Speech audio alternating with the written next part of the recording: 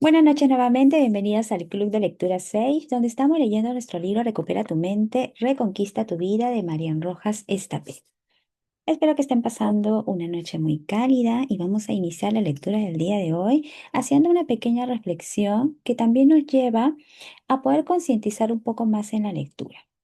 Recordemos que el libro nos habla de cómo poder conectar con nuestra propia esencia a través del conocimiento de nuestra mente. Y ayer justo estábamos hablando también un poco de los hábitos y de cómo estos derivan de de las creencias a veces que tenemos. Por eso que el día de hoy quiero compartirles una historia que está muy relacionada a esos patrones que a veces venimos repitiendo de generación en generación. Y se trata de la historia del niño con su mamá cactus. Este era un niñito al cual le dijeron un día que este cactus era su mamá. Y como todo niño, no sabe. Tú al niñito le dices algo y él puede creerlo instantáneamente porque aún está en proceso de crecimiento. Entonces, en nuestra historia, a este niño le dijeron, ese cactus de ahí es tu mamá. Obviamente el niño inocente no entendió, pero empezó a encariñarse con el cactus. E intentaba agarrarlo, pero todos conocemos cómo es un cactus que nos hinca y nos hace daño. Pero el niñito igual se acercaba al cactus porque en su mente era su mamá y quería que su mamá lo tocara y él quería tocar a su mamá. Y así el niñito creció pensando que el cactus era su mamá y que cada vez que él abrazaba a su mamá le dolía. Pasó el tiempo y el niño comenzó a tener conciencia de que el amor dolía. ¿Por qué? Porque su primera figura principal la hacía doler. Y es así como nos pasa a nosotros, que confundimos algunos patrones con los que crecemos. Al igual que el niño que cree pensando que el amor duele, cuando él crezca y al toparse con un amor que duela, que le haga daño, lo va a tomar como natural, porque en su mente él piensa que el amor tiene que doler y se acostumbra a esas espinas. Ya no lo ve como una herida.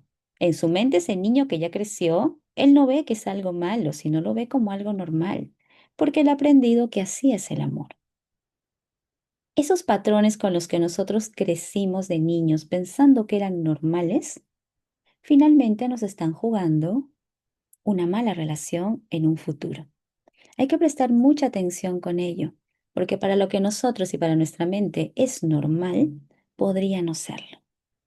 Pero también hay que tomar en cuenta que esos apegos se forman en la relación de lo que el otro me da. Si de pequeño y de adolescente nos dieron pocas muestras de cariño, cuando crecemos va a ser normal. Si es que nos trataron mal, con insultos, nos humillaron, cuando alguien de adulto lo haga con nosotros, va a ser normal, porque ya construimos ese patrón. En este punto tenemos que detectar nosotros cuáles son esos patrones con los cuales hemos crecido que no necesariamente son saludables y poder ser conscientes de que nunca es tarde para romper esos patrones y poder cambiar. Y ser muy compasivos también, que es un término que nosotros usamos mucho, porque también puede ser que esa mamá cactus de niña haya tenido su propia mamá cactus. Y es por eso que ella creció de la misma manera, siendo un cactus. Entonces, muchas veces confundimos culpando a nuestros padres o a aquellas personas protectoras, diciendo por culpa de ellos yo soy ahora así. Pero no somos conscientes que esos padres también quizás crecieron con su propia mamá cactus. Creció siendo un cactus. Y es por eso que de grande para ella era normal proceder de esa manera. Mucha atención porque nunca es tarde para poder detectar esos patrones que nos están limitando, que nos están impidiendo ser felices ahora en una vida adulta. Y dicho eso, quiero presentarles ahora un pequeño extracto de otra entrevista que hicieron a la doctora Marian Rojas Estapé, autora de nuestro libro Recupera tu mente, reconquista tu vida, donde habla un poco más acerca de la dopamina, que es justo el tema del cual trata este primer capítulo. Voy a compartirles un pequeño extracto que también dura un aproximado de 4 minutos. Luego les envío el video completo para que ustedes lo puedan ver en casa con tranquilidad. Prestemos atención porque aquí nos habla un poco para también hacer un refresh de lo que leímos el día de ayer. Y dice, esto me está gustando. La dopamina es aquella que se encarga de repetir conductas porque me gustan. Hay una frase que repito varias veces en el libro y que está subrayada en verde. El cerebro recuerda lo que le excita. El cerebro recuerda lo que le calma. Por lo tanto, yo vuelvo a aquello que me gusta. Yo busco repetir aquello que me da placer. Ese placer puede ser bueno. Hacer deporte, ir con amigos, ir a un concierto, tocar la guitarra. Es decir, claro que hay placeres buenos que hacen bien a mi cerebro.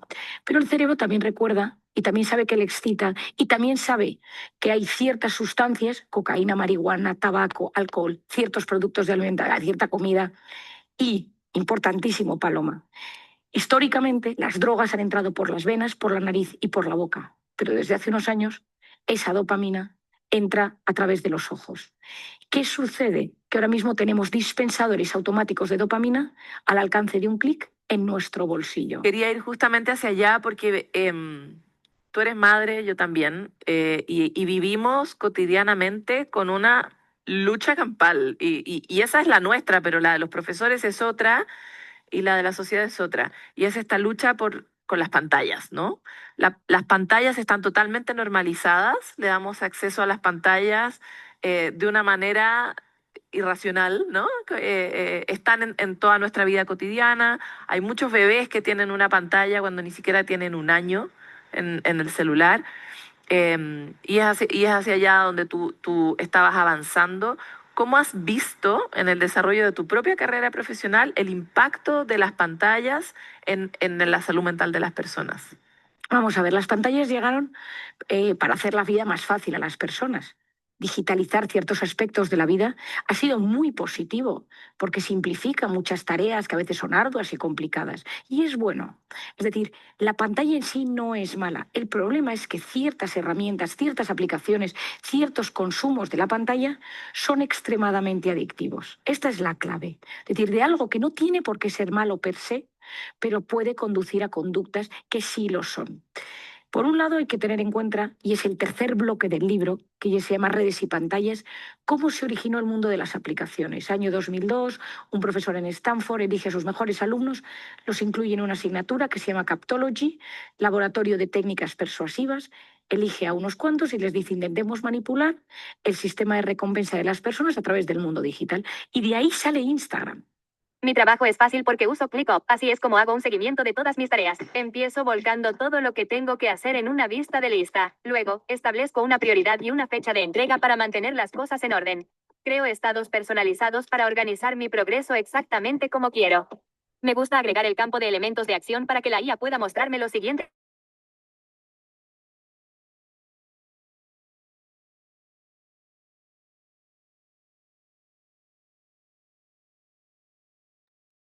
Les voy a compartir solamente ese fragmento, luego les paso el video completo para que ustedes lo puedan ver con tranquilidad en casa.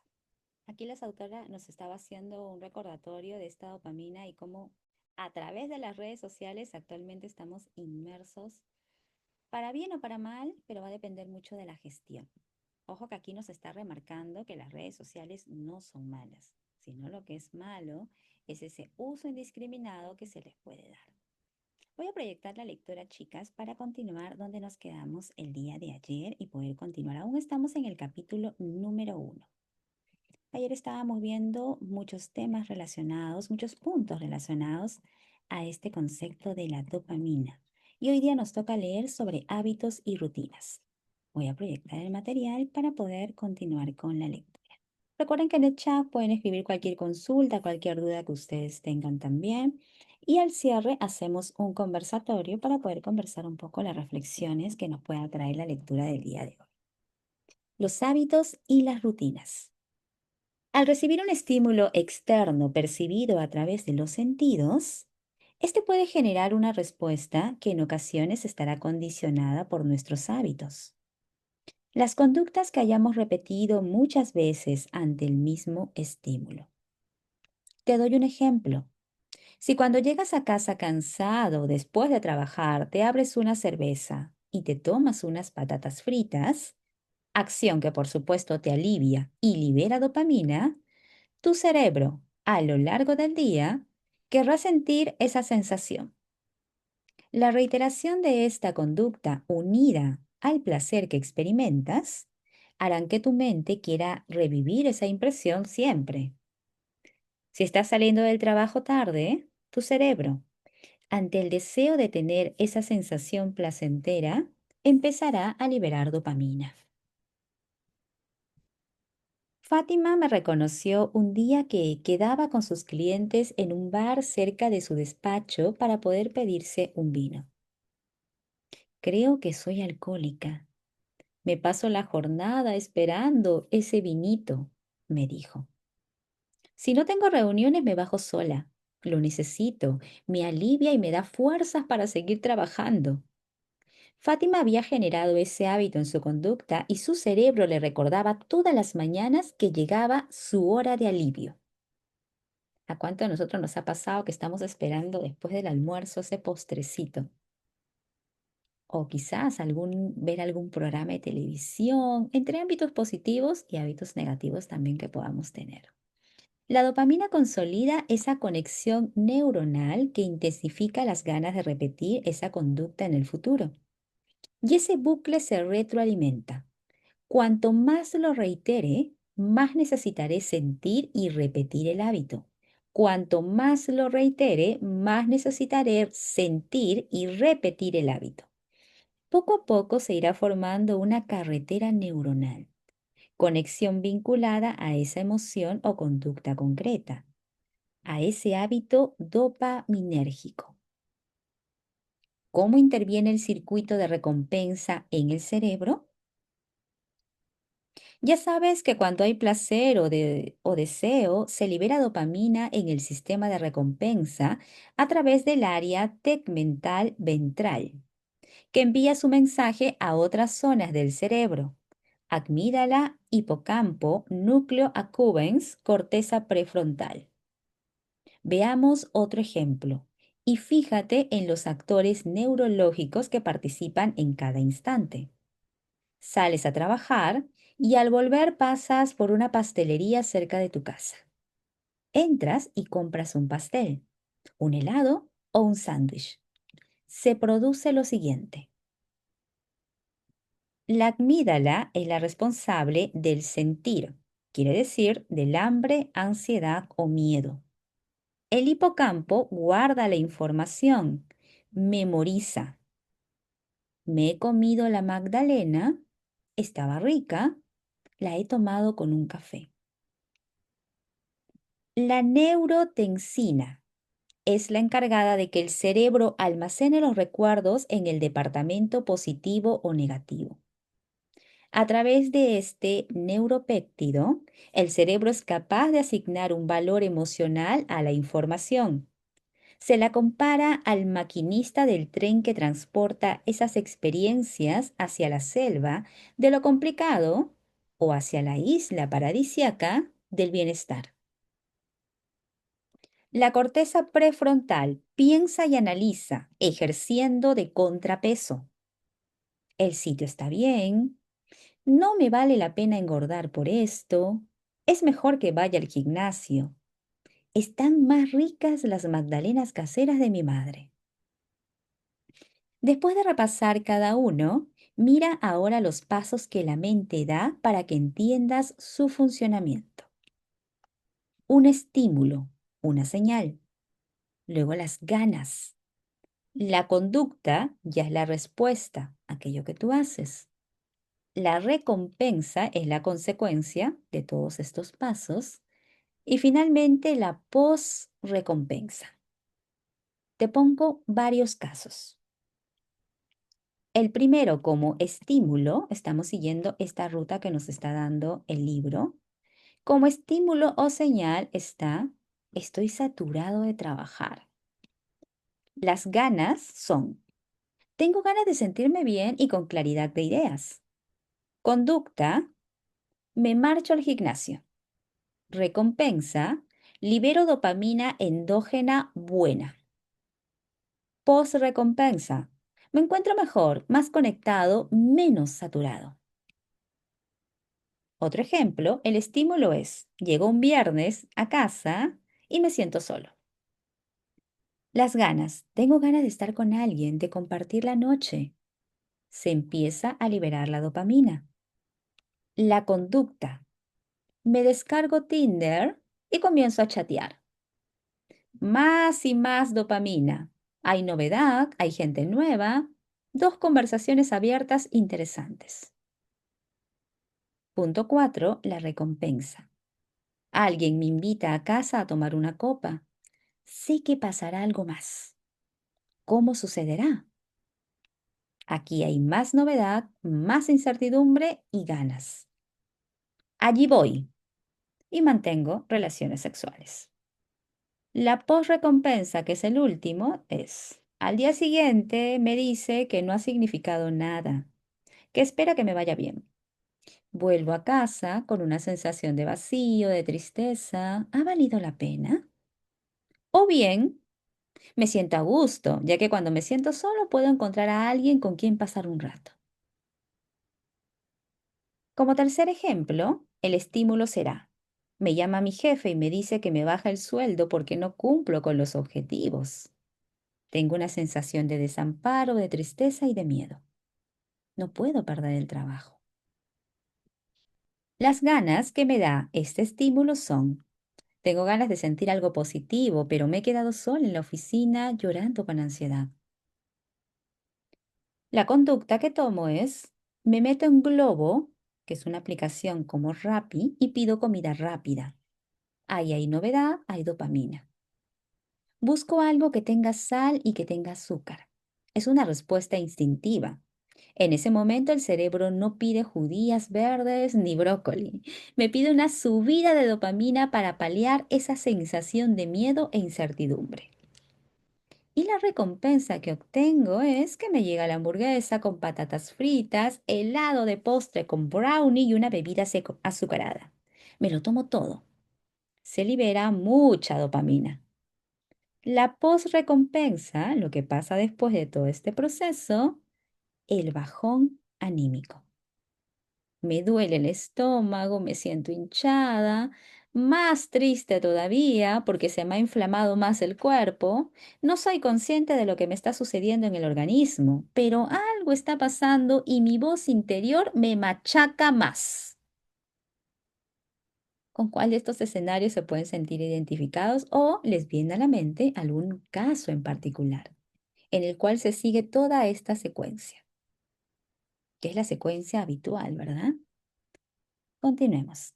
Si el estímulo me siento solo, con ansiedad, triste, angustiado, con hambre, etcétera, es frecuente y lo trato siempre con la misma recompensa, se generará un hábito mediante cambios neurobioquímicos.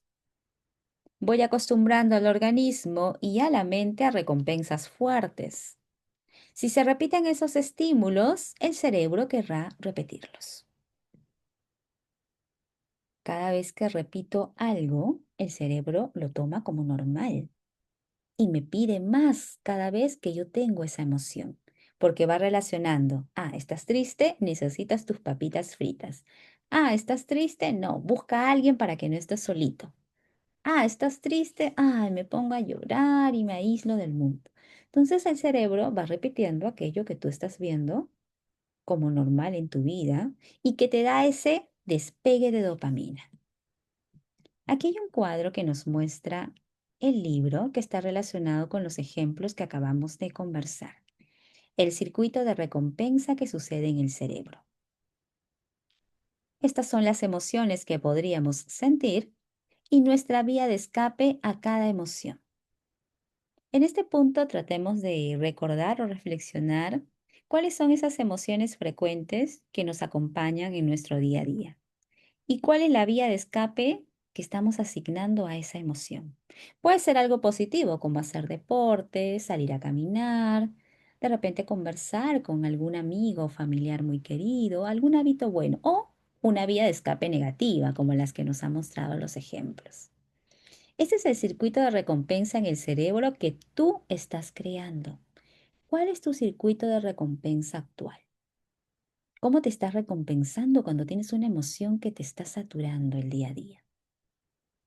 Hagamos este ejercicio mentalmente para poder también relacionar cómo estamos llevando ese día a día. La dopamina es la responsable de consolidar y reforzar las conexiones neuronales que nos llevan a repetir conductas en el futuro. Ojo que esto también pasa con conductas que tenemos con las personas. Ay, me molesto con alguien, ya, me pongo a renegar. No me gusta que me diga algo y inmediatamente me aíslo, o etcétera. Nuestra atención está condicionada por la suma de todas las recompensas que vamos experimentando a lo largo de nuestra vida. El cerebro recuerda lo que le calma. Miren qué interesante deducción. Nuestro cerebro recuerda lo que nos calma. Te presento uno de los conceptos más importantes del libro. El cerebro recuerda lo que te calmó. La mente tiene una memoria prodigiosa para saber cuáles son las sensaciones que te alivian, que te quitan tensión o que puntualmente te alegran. Quiero que pienses en tus hábitos y tus rutinas. Piensa en tus hábitos y tus rutinas. ¿Qué conductas y qué recompensas traes a tu cabeza y a tu cuerpo cuando te ves envuelto en emociones que no puedes gestionar? El cerebro relaciona y asocia en el tiempo el estímulo de la recompensa posterior, y esto impacta de manera directa en las neuronas dopaminérgicas. Las dendritas crecen en respuesta a las recompensas con mucha liberación de dopamina. Esa plasticidad se estudia en la neurociencia de las adicciones. Es un proceso muy importante porque los cambios de la neurona perduran años después de haber dejado la droga y el comportamiento adictivo. Se cree que algunas sustancias como la cocaína, opioides, cannabis o el alcohol pueden modificar el cerebro para siempre. Esto explica por qué pacientes que han pasado décadas sin consumir recaen un día y vuelven a hacerlo de forma compulsiva. Es como si el cerebro de estos sujetos se hubiera quedado tocado e incluso el simple recuerdo de lo que fue reabriera las puertas de la adicción. Esa es la razón por la que no debes tontear ni una sola vez si estás dejando, por ejemplo, el tabaco. Si te ves envuelto en un hábito negativo y pretendes liberarte de él, necesitas analizar el estímulo o señal que lo desencadena y observar la recompensa que le das a tu cerebro cuando pasas por esos momentos. Sé sincero contigo mismo. Muchas de tus rutinas las tienes incluidas en tu día a día sin darte cuenta desde hace mucho tiempo. Observa cuáles de esos hábitos potencian tu ansiedad, tu mal humor o tu irritabilidad. Durante la observación, tu mente se revelará con excusas. No pasa nada. Acepta la resistencia al cambio como parte del punto de inflexión en tu vida. Al final del libro desarrollaremos mecanismos para ayudarte a salir de esos hábitos negativos y generar lo que a mí me gusta llamar rutinas vitamínicas. Aquí está el cuadro, que justo es el mismo que nos ha mostrado en la hojita anterior del ejemplo del circuito de recompensa en el cerebro. Tienen ustedes esta hoja, pueden imprimirla o practicarla si tienen el libro físico o fácilmente también pasarlo como copia a su diario, a su agenda, a su cuaderno o su libreta de apuntes. Anoten esos estímulos, esa emoción fuerte, un poco negativa, o que no nos da buenos resultados. ¿Y qué recompensa le estamos dando? ¿Cuál es esa vía de escape? Este es un mapa de nuestros propios hábitos que nos permiten conocernos más y por ende encontrar cada vez mejores alternativas para un mejor bienestar. Analiza la emoción y la recompensa que tú asocias a ella. Estoy seguro que ahorita ya hemos recordado muchas de ellas. Entonces, qué mejor escribirlas y luego hacer un análisis. Como dice el libro, a veces estamos dando recompensas sin querer queriendo, de manera automática y no nos damos cuenta. Entonces, mucha reflexión cuando hagamos este ejercicio. Te cuento algo que me sucede a mí. Me apasiona el chocolate en todas sus vertientes, texturas y mezclas. Durante el embarazo de mi segundo hijo me prohibieron el dulce y solo podía tomar negro con más del 80% del cacao. Al principio no me gustaba, pero al ser el único que me permitían, acabó encantándome. Tengo muy identificado cuándo lo quiero por placer, cuándo lo quiero por vía de escape y cuándo lo quiero y por terminar una comida con mi onza, aunque suele ser más de una. Me chiflan las palmeras de chocolate de Morata de Tajuña. De vez en cuando me escapo para visitar a las pasteleras y llevarme una cajita. Veamos qué sucede en mi cerebro cada vez que entro a la tienda. Ahora ya en frío soy capaz de analizarlo, pero en ese momento no tengo tanta conciencia. Entro a la pastelería. Loli de la Torre, dueña, me saluda, me da un abrazo, voy al mostrador, veo las palmeritas de chocolate y glaseadas recién horneadas. Ahí empieza a activarse la dopamina en el cerebro. Va llegando algo rico al paladar. Es de mis dulces preferidos. Se pone en marcha el circuito de recompensa. En ese instante, la amígdala cerebral, centro de las emociones, se alegra ante la posibilidad de lo que está por llegar. El hipocampo, la zona de la memoria, recuerda las veces que he estado ahí y que he tomado esas palmeras deliciosas. La corteza prefrontal va calibrando el momento según mi fuerza de voluntad. Déjame que te adelante aquí un concepto fundamental que trataré después, pero crucial para entender muchos temas de la mente, que es la batería mental. Es la energía que tenemos para gestionar los estímulos según el cansancio, la saturación, el estado de ánimo o la fuerza de voluntad de un determinado momento. No debes. Acabas de desayunar. Vas a comer en un poco rato. Vas con los niños. Si tomas, ellos también querrán. Si comes una, te costará no tomarte dos o tres. La corteza prefrontal nos ayuda a gestionar esos impulsos. Planifica porque ve el largo plazo. Volveremos más adelante a ella para entender su funcionamiento. Si cada vez que entro en la pastelería me tomo la palmera, el dulce, mi cerebro asocia mi presencia ahí con probarlas. Si yo empiezo a tomármela, se activa el núcleo accumbens que me recuerdan lo muchísimo que me gusta y me demuestra de forma intensa y obsesiva el resto de las palmeritas para comerme otra. Se libera mucha dopamina, siento placer y por eso me cuesta frenar. Seguramente esa activación del núcleo accumbens te ha sucedido al ingerir alguna comida procesada, con abundantes hidratos de carbono y con mucho azúcar o mucha sal. De hecho, el azúcar y la sal son dos de los ingredientes más comunes que prácticamente cualquier alimento que compres en un supermercado tiene. La dopamina es la sustancia que hace que relacionemos el estado de ánimo con la conducta y con la recompensa buscada. No soportamos el aburrimiento y el estrés. ¿Será cierto esto, chicas? No soportamos el aburrimiento ni el estrés. Vamos a ver qué nos dice el libro. Si hay algo que influye y altera el sistema de recompensa, además de los hábitos, es el estrés. Hemos acostumbrado al cerebro a que ante la mínima sensación de angustia, ansiedad o tensión interna, se activa un mecanismo fácil como vía de escape. Cuando cogemos el móvil, ¿cuándo cogemos el móvil?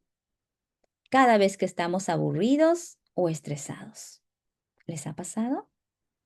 Ya no cogemos un libro o de repente nos salimos a caminar, a hacer deporte, sino que cogemos el celular porque estamos aburridos, decimos. O a veces, ay, estoy estresada, a ver, vamos a ver qué novedades hay para distraer mi mente. Son conceptos que escuchamos de repente en las personas o que a veces también nosotros hemos caído en ello. Continuemos. Nuestra carretera se ha consolidado con estas dos emociones, aburrimiento y estrés. Ambas tienen que ser eliminadas en cuanto aparecen, y la dopamina de la pantalla tiene la capacidad de aliviarlas en cuestión de segundos.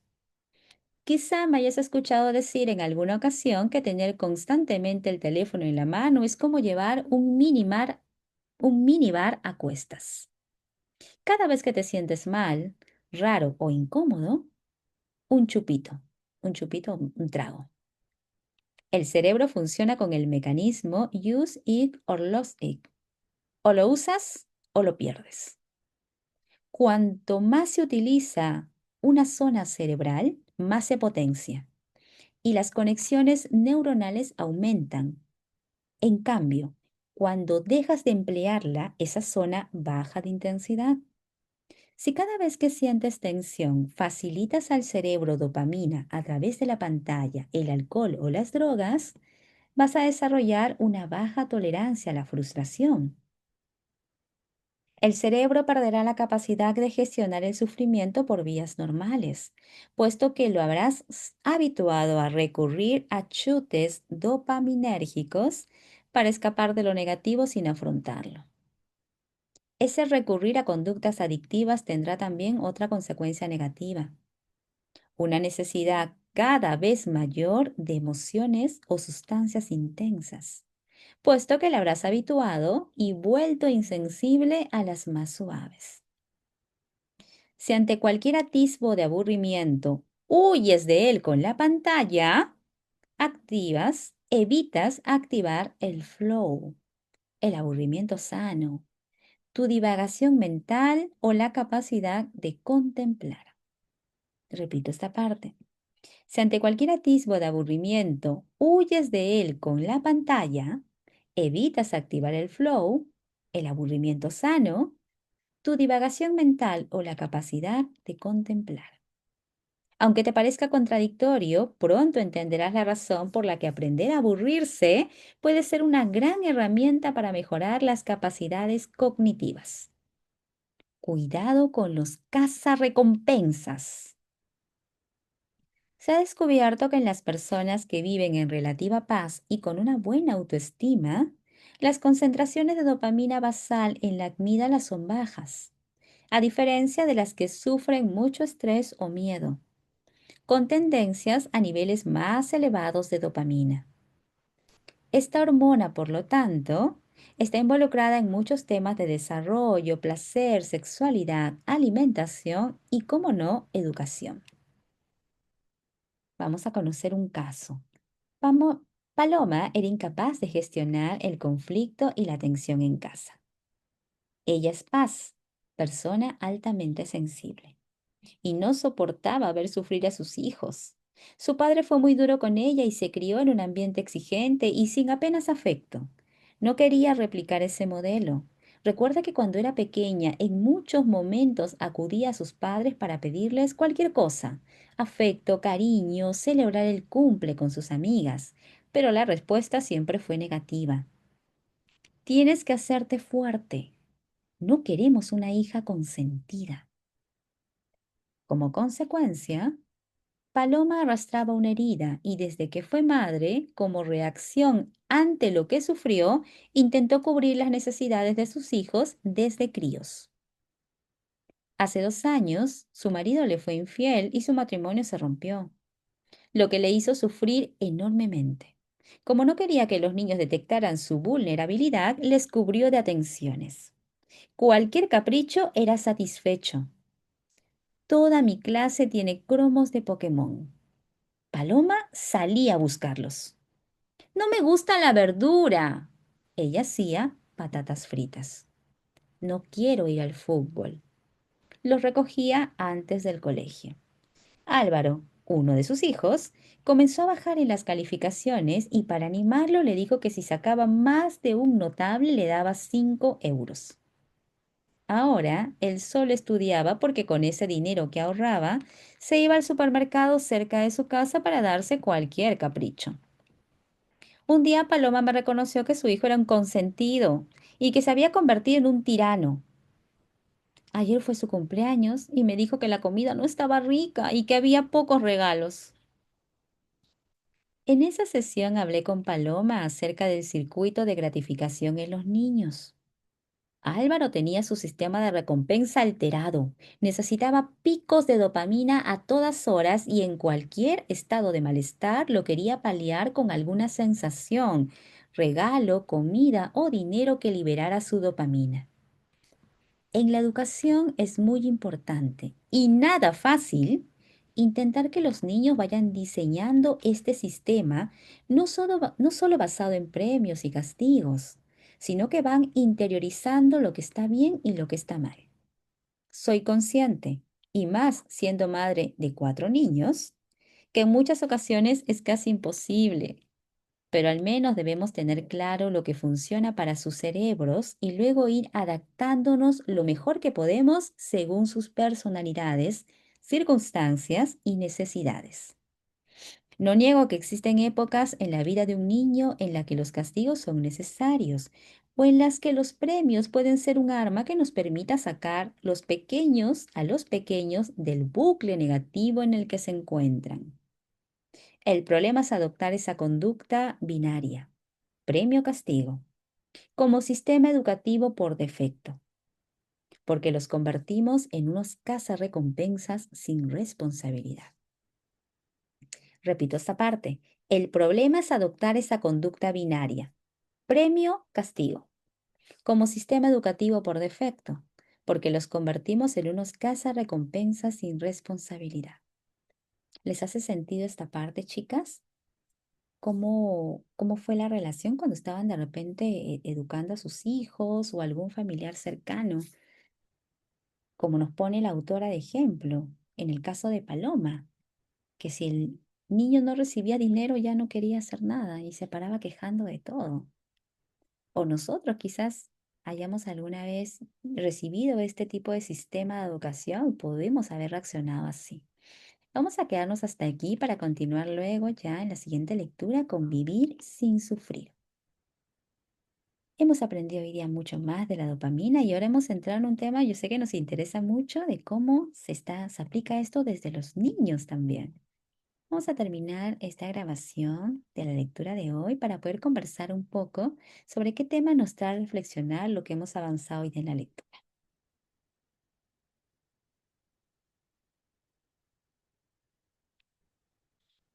Ahí estoy, ahí estoy.